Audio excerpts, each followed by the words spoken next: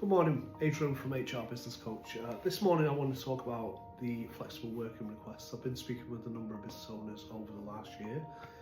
There is a real misinterpretation of the law in terms of flexible working or the directive by the government. So the outset of the plans by the government were that people needed to consider a flexible working request. Many of the business owners I spoke to, and certainly senior HR figures as well in some of the companies, were under the impression they couldn't refuse flexible working requests unless there was a really strong argument against it. It's not actually the case.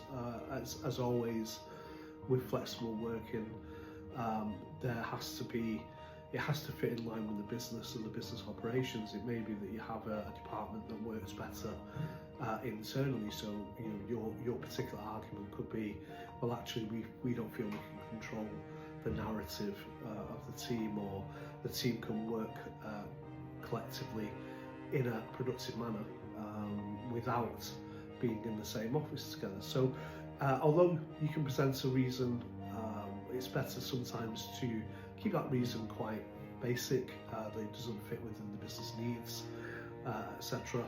And that's absolutely fine. You're not breaching any laws by doing so.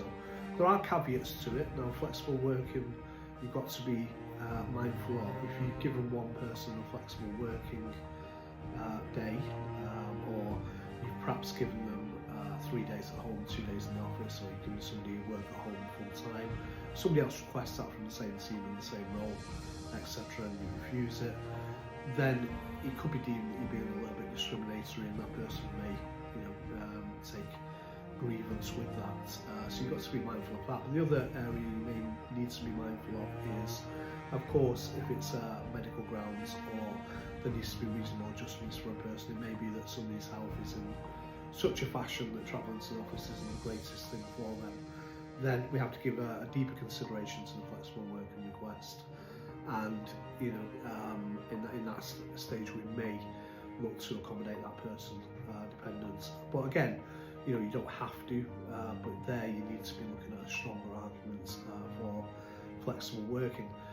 Let's talk, if you want some help with this, a little bit of guidance, because I know at the moment, the way the modern world, since COVID, things have changed quite a lot, and everybody wants to work in different ways. So please do get in touch. My WhatsApp's above, +44 7359 172432. Send me a message, or you can DM me on whichever platform you're watching on now. I do look forward to speaking again tomorrow. Tomorrow I want to cover a tribunal case, so I'll go through some details of a recent landmark tribunal case, give you some pointers and guide on that. Thank you.